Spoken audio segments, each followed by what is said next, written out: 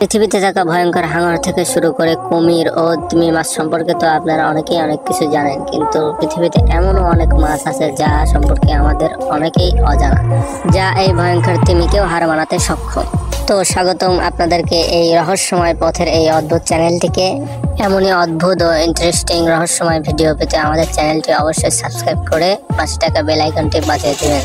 আমরা আজকে পৃথিবীর এমনই 5টি মাছ সম্পর্কে আলোচনা করব যা আপনারা অনেকেই দেখেননি।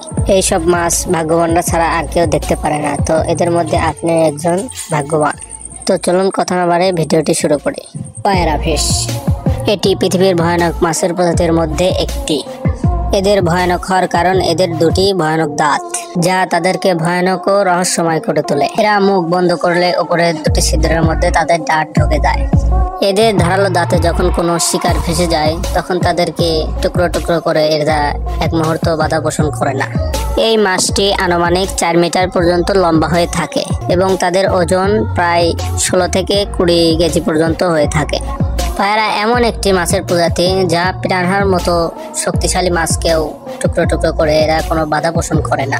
তো আপনার সামনে যদি কখনো এই মাছটি চলে আসে তাহলে আপনি কোনো দিক না তাকিয়ে ছুটে পালান। শাও ফিশ, এই মাছের প্রজাতিকে বেশ দুর্লভ ও অদ্ভুত মনে করা হয়।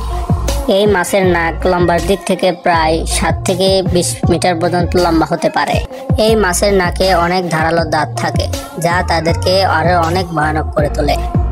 এই মাছ তার ধারালো নাক দ্বারা শিকার করে থাকে। এই মাছের আশেপাশে যদি কোনো শিকার চলে আসে তাহলে তারা তাদের নাক ব্যবহার করে সেই শিকারকে পর্যন্ত থামিয়ে দেয়। এদের নাক এতটাই শক্তিশালী হয় যে তারা কোনো শিকারকে কেটে টুকরো টুকরো করে ফেলতেও বাধা পোষণ করে না। পাপার ফিশ,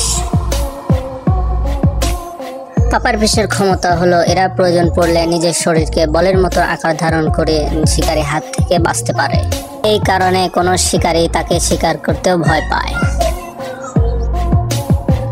যা এদেরকে ভয়ানক করে তোলে তা এদের তীক্ষ্ণ দাঁত। পাপার ফিশের অনেক প্রজাতি আছে যা পায়রা ফিশ থেকেও ভয়ঙ্কর হয়ে থাকে। ভয়ানক হওয়ার সাথে সাথে এদের দাঁতও অনেক তীক্ষ্ণ ধারালো হয়ে থাকে এবং তারা নিমেষেই কোনো শিকারকে টুকরো টুকরো করে ফেলতে পারে। তাদেরকে দেখতে যতটা বিরল মনে হয় তারা ততটাই ভয়ঙ্কর হয়ে থাকে।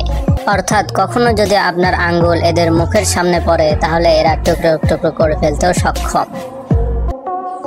তারা তাদের শখের দাঁত দিয়ে লোহার জিনিসকেও চাবাতে পারে।